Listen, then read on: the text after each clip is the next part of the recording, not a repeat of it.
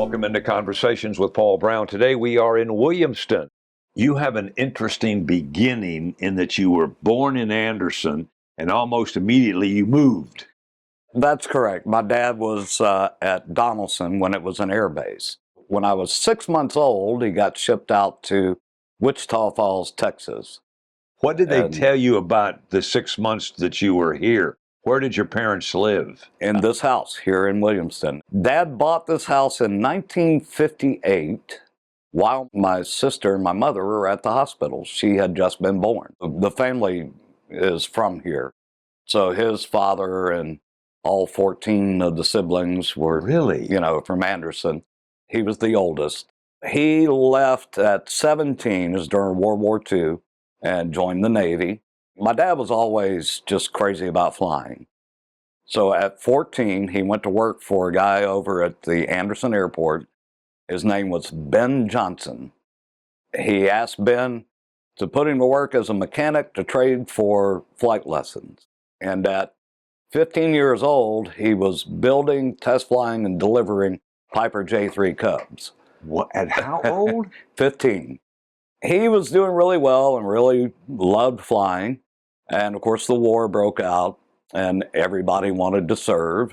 He had just turned 17, which at that time was legal age to go into the military. So he got into an argument with my grandfather because the cow had broken out of the fence. And he said, "Boy, go find that cow." "Dad, I don't want to go find the cow. I got other things.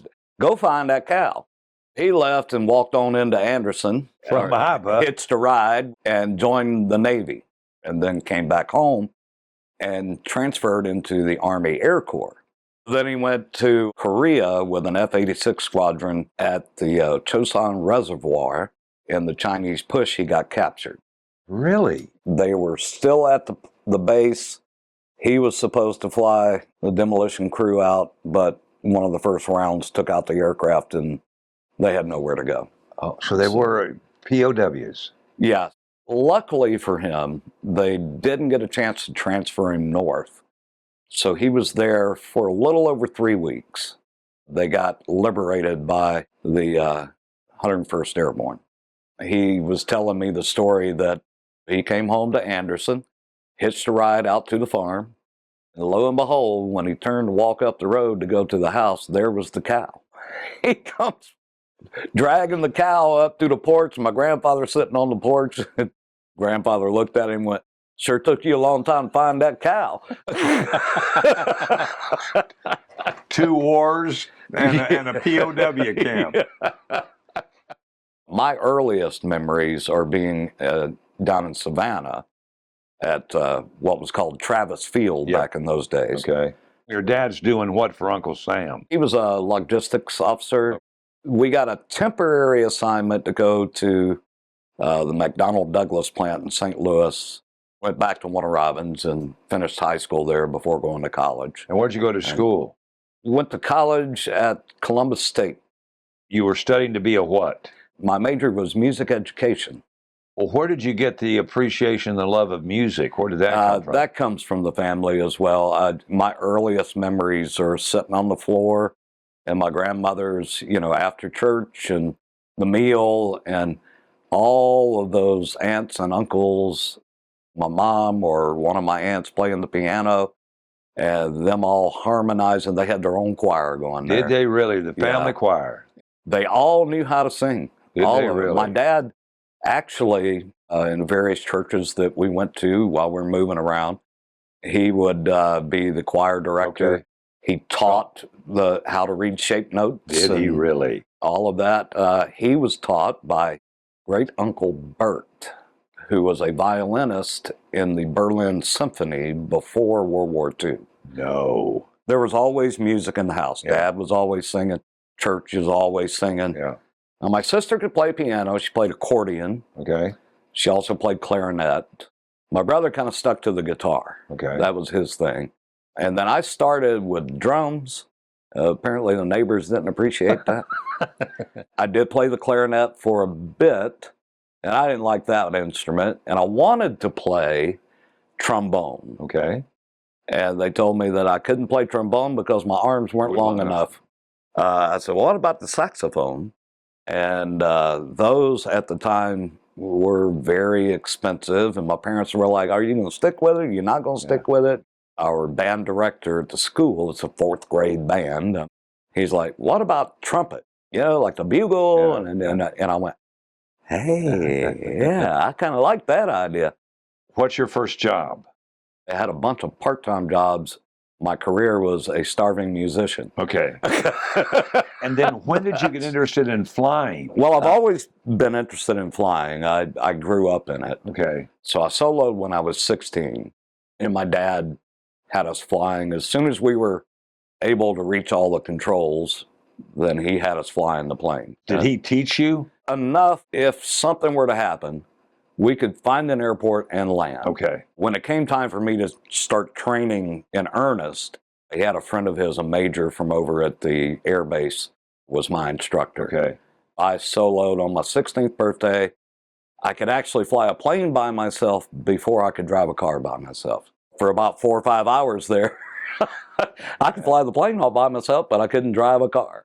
Flying was kind of in the same vein as music. Okay. It was a bit of a passion for me. How about that? Unfortunately, my dad was not happy with my choice.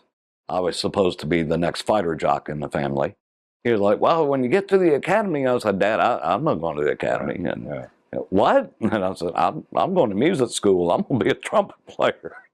That didn't go over very well. I bet. He came down to see a show where I was featured. And this is where? At Columbus State University. Okay. And when he saw that and saw the reaction of everybody around, and he was okay. He was like, okay. But you eventually got into flying. Flying is kind of my second career. While I was struggling to make a living as a musician, I kind of stumbled into a job in broadcasting.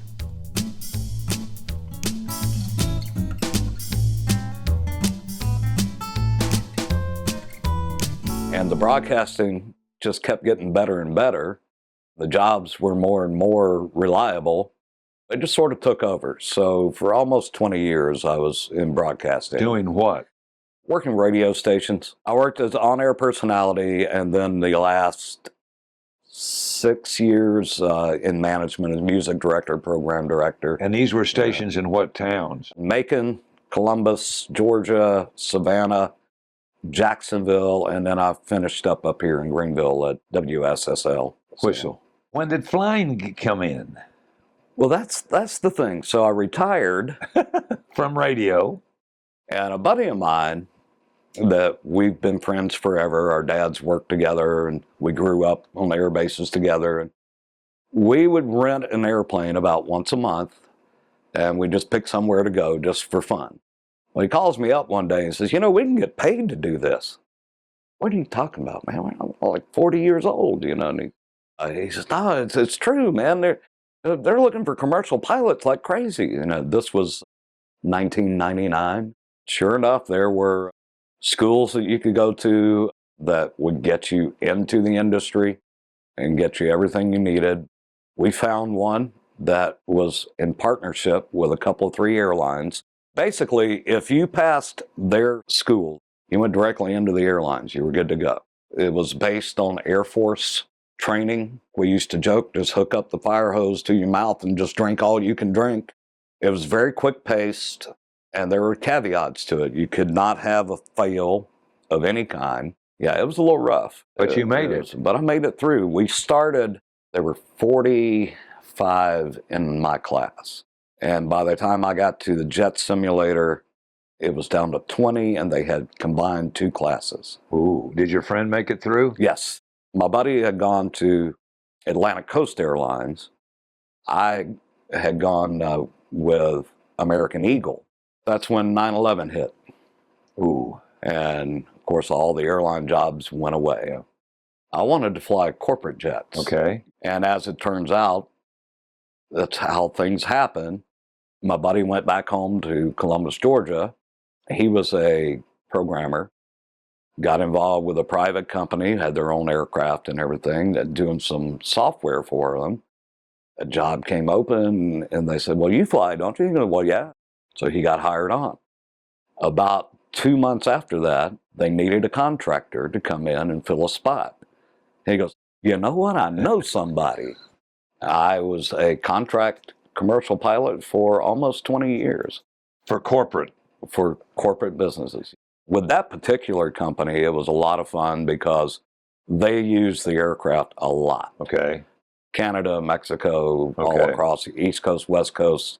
So who are you flying for now? Now I'm flying for a charter company, which is, it's like on-demand passenger service. Out of where? Out of Swainsboro, Georgia. We have offices also in Athens, Georgia. Company's called Airstar Charters. Tell me about your experience with Senior Follies, because you've been part of that for a long, long time. Yeah, the Anderson Senior Follies is just a wonderful organization. This is my 10th year with them. I've been there for a decade. It came about because my dad found out about it. This was just before he got ill. So I would get tickets, take him up to the show. We'd watch the show. He really enjoyed it. I was able, when I was old enough to join the cast, I was able to do a show, and he got to see one show before he passed. How about that? Which was awesome. Yeah. You know, he was so proud. And once I got involved with them, I found out just what a blessing they are. Losing my dad was not unexpected per se, but it was really hard. Yeah. They were like a surrogate family. That's just the way we are there in the Follies organization. Yeah. It's over 35 years been putting on a show there. And they start practicing when? We do one run, so it's 4 days, 5 shows, and we start with the music late October. Okay. And then we start staging and blocking everything for the stage starting December. Yeah. And it's like now we're really, kind of ramping it up to the beginning of the show at Henderson Auditorium at Anderson University. Right. And then you also do quickly something else with the Senior Follies. My second year, I took over as director of Follies to Go, which is the group that performs year-round. And we go to churches, civic organizations, street festivals, retirement centers, wherever we can go out. It's kind of an outreach for the Anderson Senior Follies. And I have about 20 of the entire cast that rotates through. We'll take 12 to 15 with us on each show and do about an hour show. There's some dancing, some storytelling, some jokes, some singing, the band plays. We just really enjoy going out and letting people know about the Follies and let them know about Anderson University and the School of Music there. We are right now in hiatus because of the big show. Right. But starting April 1st, we will run through the end of December. And you've got to schedule that in with your flying. Yeah, that's the difficult part, is keeping everything organized. When I was a contractor, it was a lot easier to manage my time. But now with our rotations and being out on the road for 8 days at a time, it was a little bit of a struggle to get it working, but now we have it down and it seems to be working out just fine. I don't spend a whole lot of time at home because even when I come home, I'm not home. We got rehearsals, we got shows, and I also do a commercial act. It's called Blues Squirrel. So I have those gigs to play every once in a while too. I just basically just stay busy. You do, and we're in your little recording studio here in Williamston, where you do stuff that I call Studio B. And we've done some recording, local artists here, and done some demo albums and things like that. I love being together with a lot of the local musicians. Yeah. Musicians love to be around other musicians and having them come and play and lay down a few tracks, and it's just fun for me. Well, great for sharing your story with us. Boyce Skelton has been our guest. We want to thank him for taking time out of a busy schedule to sit down with us, and we want to thank each of you for tuning in and invite you to be back with us for another edition of Conversations with Paul Brown. Until then, take care, everybody.